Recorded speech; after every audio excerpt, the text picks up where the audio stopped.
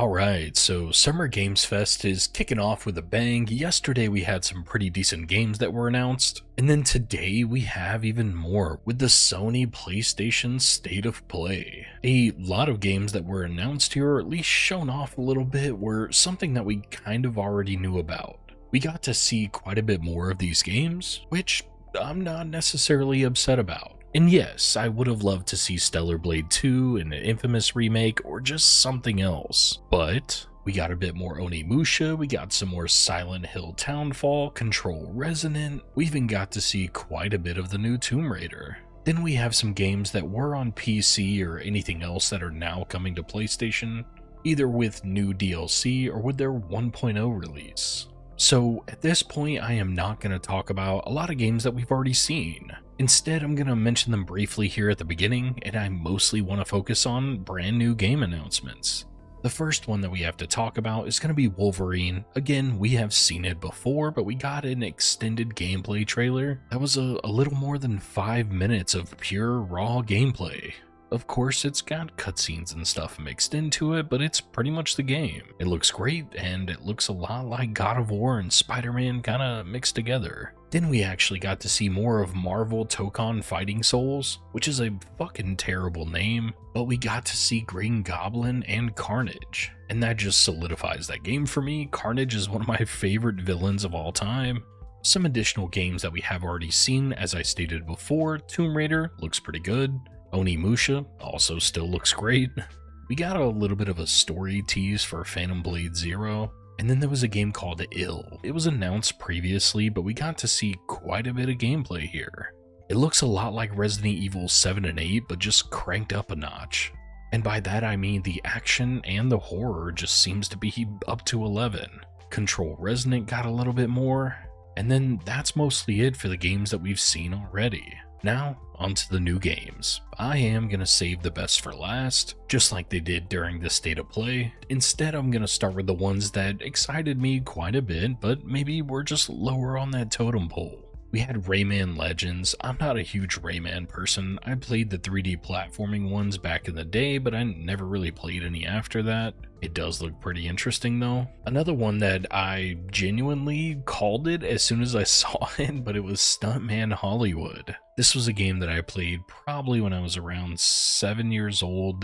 Stuntman was something that me and my stepbrother would toss the controller back and forth each time we would fail the mission until one of us finally passed it, and it was a hell of a good time. Then we got Dynasty Warriors 3 remastered, whatever you want to call it. One that I am actually pretty excited for, getting to the upper echelon of game announcements, is Bancho the Chef. This is a prequel to Dave the Diver, where you play as the chef that teaches him, but the art style and the music and the vibe, so fucking good. And then we got to see Until Dawn 2. Now, this is a game that I am excited for. I watched the movie and it was not that great. It wasn't terrible, but it wasn't good. But the original game Until Dawn always impressed me. I always kind of thought back to it periodically over time. I found it interesting and it just sort of stayed top of mind throughout all of these years. Therefore, having a sequel here that's set in like a tropical island where there's a bunch of teenagers acting crazy like they always do, some creepy older guy who's kind of lurking around, and then, well, they all start getting murdered, just like in the OG Until Dawn.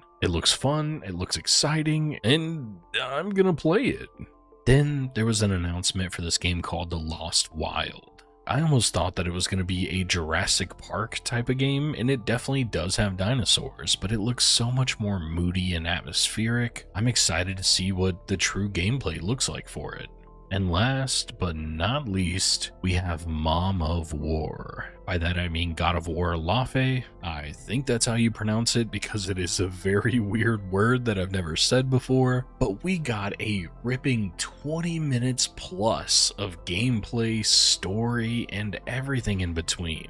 Deborah Ann Wool is the God of War's wife, Frey, the mother to Loki, or Atreus as we know him as. We heard some rumors over time that this game was being made and it was a little bit more action focused. The gameplay trailer definitely shows that, but it just seems so much more whimsical and magical and out there. There's a fucking gelatinous blob that is sentient and talks to you, and it's voiced by no other than Jack Quaid, which is Hugh from The Boys. I am incredibly excited for this game. When I first saw it, I was like, okay, it's announced, I want to see a little bit of it. I did watch the full thing, even though I didn't want to necessarily, because I want to be surprised. I want the game to be everything that I dreamed it would be, and then more. But it does seem to be taking a lot of cues from God of War with a little bit faster pace, a little bit more juggling in the action combat genre, but it just looks fucking gorgeous. And of course, the characters were speaking apparently Mongolian, so we've got the Chinese pantheon.